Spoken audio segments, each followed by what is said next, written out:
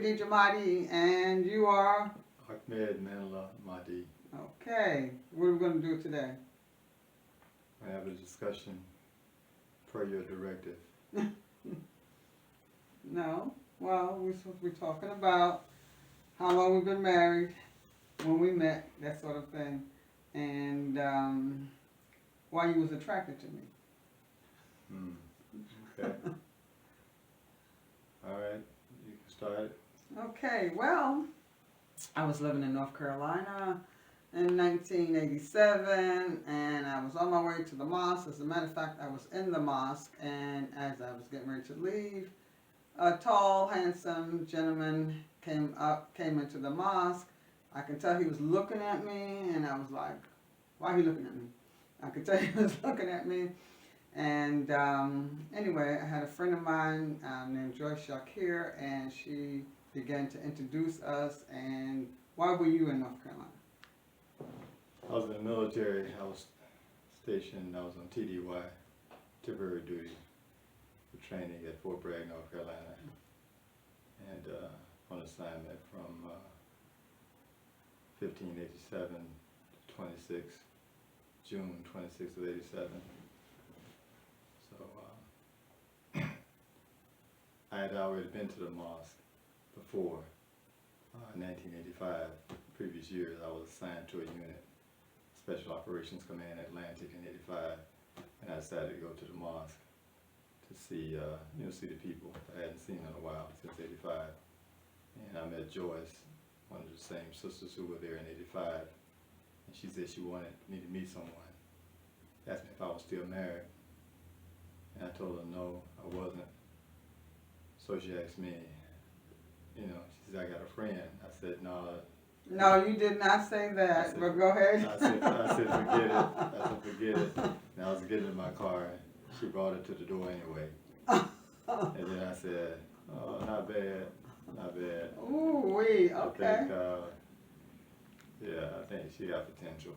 Oh, okay. So that's how we met. It was in June 1987, around June 15th, the weekend, the 20th, around the 20th, 21st, June '87. Okay. I, all of these years until we looked at his papers from the military, I thought we met in May. And believe it or not, so if I thought we met in May, I thought we had known each other for like 3 months before we got married in August of 1987. And his birthday is August 10th, and we got married the day before, which was August 9th. I highly don't recommend people just to, especially not today, to when you meet somebody, you get married in 2 or 3 or 4 months. I think you should wait at least 6 months or longer, preferably a little longer, to get to know your potential spouse's habits. Although, as we talked, because I had only seen him for 2 weeks, as we talked, there were certain things on a mental checklist that he had, and I had, and he was asking questions. And one of the things, once he left, even though we asked him questions, we walked and went to the park. He met my father, my grandmother, and my brother, who was living with me at the time. We asked some questions, but I don't think that was enough time. So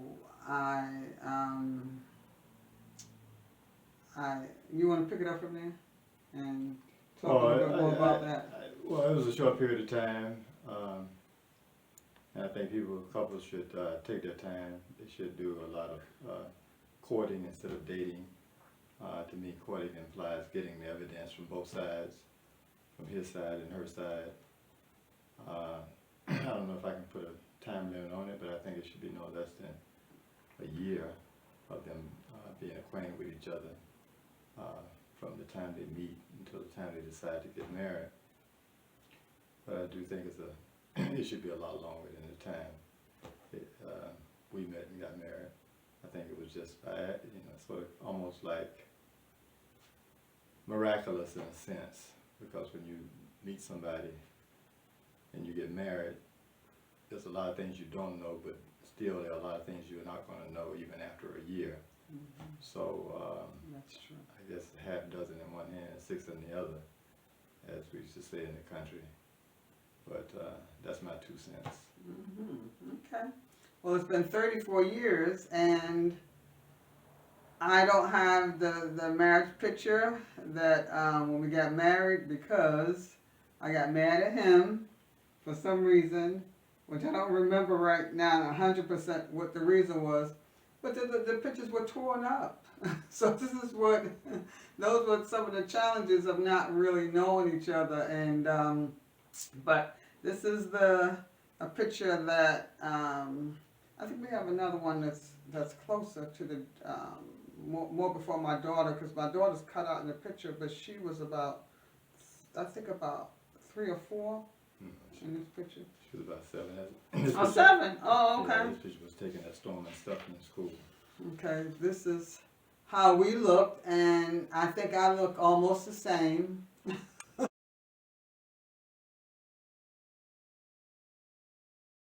People should take their time to get to know each other, because it's more than just oh, I see this person. But one of the great things about it was that when I met him, I was thinking about, I had moved to North Carolina in 1985, and I was thinking about eventually going back to Washington, D.C., where I stayed previously.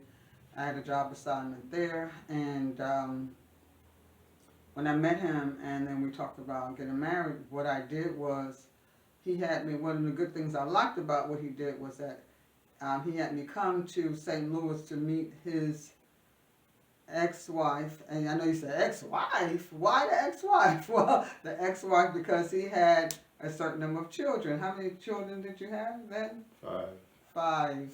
So he said, like, he's saying great now, but before he was like treading water when he told me that it was. I said, well, how many children do you have? I think he said, I have 3 girls. 3 boys. He said he had 3 boys. And so we went on to talk about something else, and then I think it was the next day or 2 days later, and he said he had 3 boys and what? 3 girls. No. 2 girls. 2 girls. Twin girls. Okay. So anyway, we met in June, so I came in July, and I was able to meet his ex-wife and the children, and I thought that was a good thing, because one of the things I did say was that if you're not taking care of your children, I didn't think that that would be a possibility.